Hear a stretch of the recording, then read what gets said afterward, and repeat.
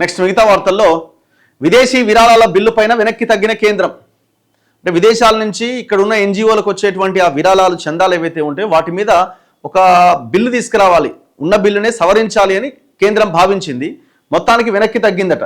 JPC పరిశీలనకు వివాదాస్పద bill joint parliamentary కమిటీకి పంపించారు ఆ బిల్లుని.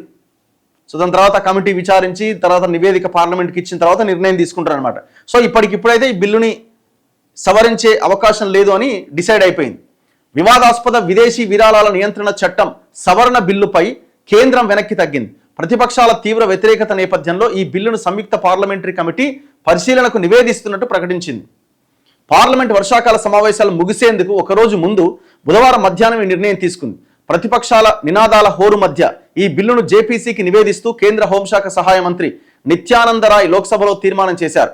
ఎజెండా ప్రకారం ఈ తీర్మానాన్ని కేంద్ర హోంమంత్రి అమిత్ షా ప్రవేశపెట్టాలి.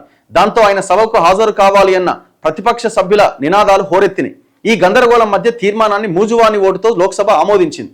లోక్సభ నుంచి స్పీకర్ నామినేట్ చేసిన 21 మంది సభ్యులు, రాజ్యసభ నుంచి చైర్మన్ నామినేట్ చేసిన 10 మంది సభ్యులు, మొత్తం 31 మంది ఈ జేపీసీలో ఉంటారట. బిల్లును జేపీసీ సమగ్రంగా పరిశీలించి శీతాకాల సమావేశాల తొలి వారంలో పార్లమెంటు ముందుకు పార్లమెంటుకి సమర్పిస్తుంది. రాజ్యసభ కూడా ఈ తీర్మానాన్ని ఆమోదించింది. పౌర సమాజాన్ని, మైనార్టీ సంస్థలను లక్ష్యంగా చేసుకుని రూపొందించిన ఈ బిల్లును ఉపసంహరించుకోవాలని కాంగ్రెస్ ఎంపీ కేసీ వేణుగోపాల్ డిమాండ్ చేశారు. బిల్లులో ఎక్కడా మైనార్టీ సంస్థల ప్రస్తావన లేదని, ఏమైనా అభ్యంతరాలుంటే కమిటీ సమావేశంలో ప్రస్తావించవచ్చని పార్లమెంట్ వ్యవహారాల మంత్రి కిరణ్ రిజిజు అన్నారు. విదేశాల నుంచి పొందిన నిధులు సక్రమ ప్రయోజనాలకు ఉపయోగించేలా చూడడమే ఈ బిల్లు ఉద్దేశమన్నారు. జేపీసీకి నివేదించడం ద్వారా ఈ బిల్లుపై నెలకొన్న వివాదానికి కేంద్రం తాత్కాలిక విరామం ప్రకటించింది.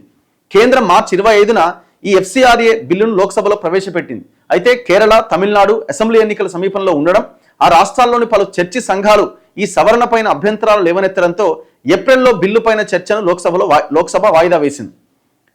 ఎఫ్ఆర్సీఏకు ప్రతిపాదించిన సవరణల్లో ప్రధానంగా డెసిగ్నేటెడ్ అథారిటీ అంశం వివాదానికి కారణమైంది. దీన్ని కేంద్రమే నియమిస్తుంది.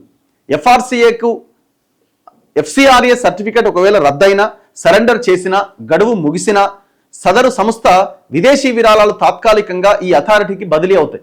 నిర్దిష్ట గడువులోగా కొత్త సర్టిఫికేట్ పొందడం లేదా పునరుద్ధరించుకోవడంలో విఫలమైతే ఆ విదేశీ విరాళాలు, ఆస్తులు శాశ్వతంగా ఈ అథారిటీకే దఖలు పడతాయి.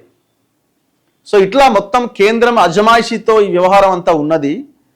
సో దీని మీద నిఘా పెరుగుతుంది అన్నది అపోజిషన్ పార్టీలు అడుగుతున్నాయి. వీళ్ళు కేవలం ఈ చర్చలని, మైనార్టీ సంఘాలని కార్నర్ చేయడం కోసమే ఈ బిల్లు తీసుకొస్తున్నారని. లేదు అట్లాంటిది ఏం లేదు, ట్రాన్స్పరెన్సీ కోసమని కేంద్రం అంటున్నది. మొత్తానికైతే ఈ గొడవ మధ్య ఈ బిల్లు జేపీసీకి పంపించారనమాట. అంటే 31 మంది సభ్యులున్న ఈ జాయింట్ పార్లమెంటరీ కమిటీ విచారించి నివేదిక తయారు చేసి శీతాకాల సమావేశాల్లోపు సభకు సమర్పిస్తుంది. మరి అప్పుడు ఏం చేస్తారో చూడాలి. ఇప్పుడైతే వెనక్కి దగ్గర ఇక మొత్తం 3 కీలకమైన బిల్లులు, ఒక బిల్లు మీద వెనక్కి దగ్గర ఇంకొక 2 బిల్లులు ఉన్నాయి. మరి అవి తీసుకొస్తారా లేదో తెలియదు. లేదు ప్రత్యేక సమావేశాలు ఏమైనా పెడతారా లేదో తెలియదు. ఒకటి నియోజకవర్గాల పెంపు డీలిమిటేషన్ బిల్లు, రెండోది మహిళా రిజర్వేషన్ బిల్లు. ఈ రెండింటికి లింక్ ఉన్నటువంటి బిల్లులు ఇవన్నీ. సో ఈ సవరణ బిల్లులు తీసుకొస్తారా లేదా అన్నది చూడాలి. ఆల్మోస్ట్ అయిపోయింది ఇక సభ కూడా. సో కాబట్టి మరి ఈ సభల్లో అయితే 2 బిల్లులు వచ్చే అవకాశాలు కనబడతలేవు. మరి ఎప్పుడు అన్నది చూడాలి.